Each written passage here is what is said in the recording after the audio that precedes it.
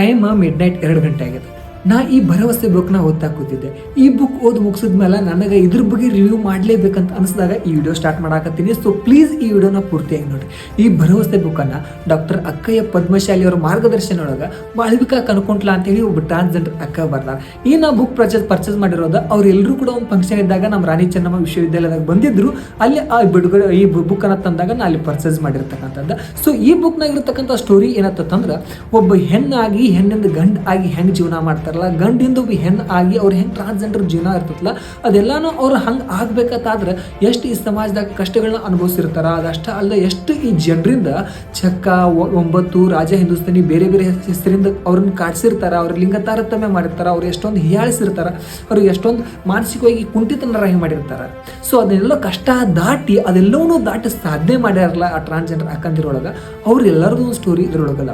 So ಇದನ್ನೆಲ್ಲ ಓದಿ ನನಗೆ ಜನರಲೈಸೇಷನ್ ಮಾಡಿ ನನಗೆ ನೋಡಿದಾಗ ಅನಿಸಿರೋದು, ಅವ್ರು ಹಂಗೆ ಇರೋದಕ್ಕೆ ಬೇರೆ ಯಾರೋ ಕಾರಣ ಅಲ್ಲ, ಈ ಸಮಾಜ ಕಾರಣ. ಈ ಸಮಾಜದಲ್ಲಿ ಇರ್ತಕ್ಕಂಥವ್ರು ನಾವು ಕಾರಣ. ಯಾಕಂತಂದ್ರೆ ಈ ಸಮಾಜ ನಾವು ಎಷ್ಟೊಂದು ಜನ ಮಾತಾಡ್ತಿರ್ತೀವಿ, ಚಕ್ಕ ಅಂತಿರ್ತೀವಿ, 9 ಅಂತಿರ್ತೀವಿ, ರಾಜ ಹಿಂದೂಸ್ತಾನಿ ನಾವು ಅಂತಿರ್ತೀವಿ, ಇನ್ಕ್ಲೂಡಿಂಗ್ ಮೀ ಹೇಳಾಕತ್ತೀನಿ.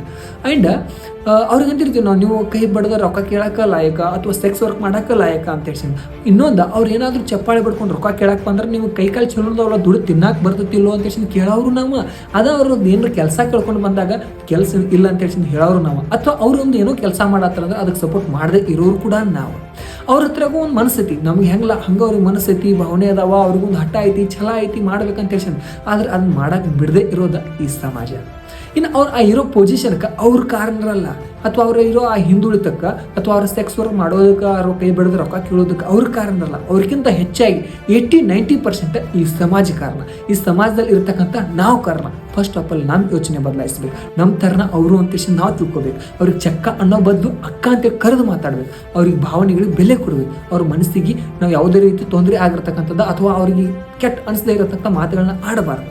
ಅವಾಗ ಸಮಾಜ ಬದಲಾಗ್ತೈತಿ. ಅವರು ಕೂಡ ಮುಂದೆ ಬರ್ತಾರೆ. ನಮ್ಮ ಗತ್ಲೆ ಅವ್ರಿಗೂ ಬದುಕಲಾಕ ಅವಕಾಶ ಇರ್ತೈತಿ. ಯಾಕಂದ್ರೆ ಈ ಭೂಮಿ ಮೇಲೆ ಹುಟ್ಟಿರ್ತಕ್ಕಂಥ ಪ್ರತಿಯೊಬ್ಬರಿಗೂ ಕೂಡ ಕಾನೂನಾತ್ಮಕವಾಗಿ, ರಾಜಕೀಯವಾಗಿ, ಸಾಮಾಜಿಕವಾಗಿ ಬದುಕ್ತಕ್ಕಂಥ ಹಕ್ಕು ಐತಿ ಅಂತಕ್ಕಂಥದ್ದು ನನಗೆ ಅನಿಸಿರೋದು. ಸೊ ಅವ್ರಿಗಿಂತ ಹೆಚ್ಚು ದೋಷ ನಾನು ನಮಗೆ ಕೊಡಕ್ಕೆ ಇಷ್ಟಪಡ್ತೀನಿ. ಅವ್ರದ್ದೇನೂ ತಪ್ಪಿಲ್ಲ, ಯಾಕಂದ್ರೆ ಅವ್ರು ಹುಟ್ಟಿರೋದು ಹಂಗೆ, ದೇವರು ಅವ್ರನ್ನ ಸೃಷ್ಟಿ ಮಾಡಿರೋದು ಹಂಗೆ. ಆದರೆ ಅವ್ರನ್ನ ಹಿಂದೆ ಉಳಿಸಿರೋದು ಮಾತ್ರ ಈ ಸಮಾಜ. ಈ ಸಮಾಜದಲ್ಲಿ ಇರ್ತಕ್ಕಂಥ ನಾವು ಬದಲಾಗಬೇಕು.